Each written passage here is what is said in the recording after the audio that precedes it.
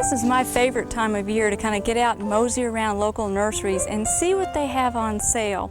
Now, container-grown plants that have grown their whole lives in containers have had good care all spring and summer in nurseries and are in good shape, but the nurseries need to make room for fall stock that is coming in, because fall's also a wonderful planting time. In fact, it's one of the best.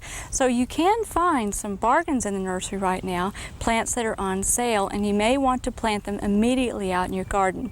But if you do that, you need to be mindful that there's a special way to water those plants. We always tell you in Oklahoma Gardening, when you plant something and it's well established, to give it a deep soaking infrequently. Well, the rules are a little bit different with container-grown stock that's freshly planted, and here's why. Down in the pot, this is in a combination bark and sand mix, so it will drain well in the nursery. If you plunk that down into a hole that's surrounded by native soil and water it thoroughly with just tons of water once a week, it can end up sitting in a bathtub of water. The roots will drown. Also, if it's a very well-drained sandy soil, you could end up with water draining away and being gone after a day or two, and then the plant is under slightly drought conditions for several days. And let me show you an example of what I'm talking about. Over here, we have a container of bark mix, and this is typical of what is used in the nursery trade, and they have to have well-drained soil because these plants are watered frequently. They don't want the roots to drown. They want a healthy root system, and they want good drainage. But your native soil is usually quite a bit heavier than that and can retain that water if you put too much on. See how quickly it drains out? And the idea here is that if you plant container-grown stock, you want to water it about every day or every other day with smaller amounts of water while the plant is getting established. Take a look here. This is some garden soil that we dug this morning. I'm going to put a little bit of water in here. Not much is happening. You can see that it's just pooling on top. Well, that's not typical of the root mass that you're buying in nursery stock. It's in a very well-drained container. So how much do you put on and how frequently? Well, Al Sutherland, who is our area horticulturist in southwest Oklahoma, publishes a great newsletter, and he had a handy chart in there last week that we thought we'd share with everybody else around the state.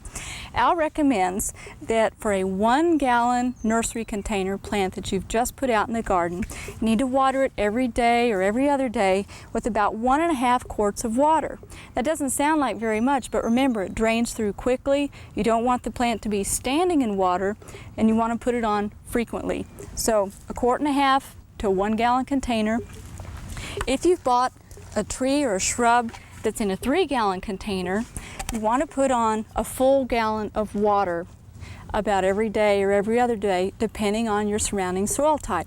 If you have a heavy clay soil, do it about every other day. If you're in a real sandy soil, make sure that you water it every day, because remember, the water is draining away more quickly in the surrounding mix.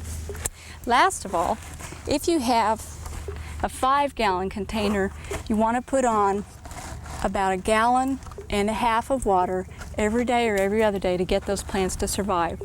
Some additional tips are water slowly, even though that's a fairly small amount.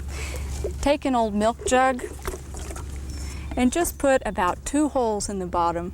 Fill that up the prescribed amount for the size root ball that you've planted, and put that down right next to the plant and just let it slowly drip in. Now, these are trickling out pretty fast. Once you set it on the ground, that'll slow down a little bit. Another tip is leave the lid on, because if you take it off, the water goes out quite a bit faster. So leave the lid on there, and that'll give you a slow trickle if you don't have a drip irrigation system installed.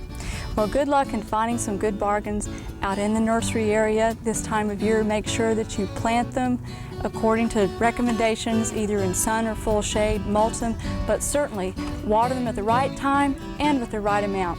Well, that's all the time we have today in Oklahoma Gardening. Come back and see us next week.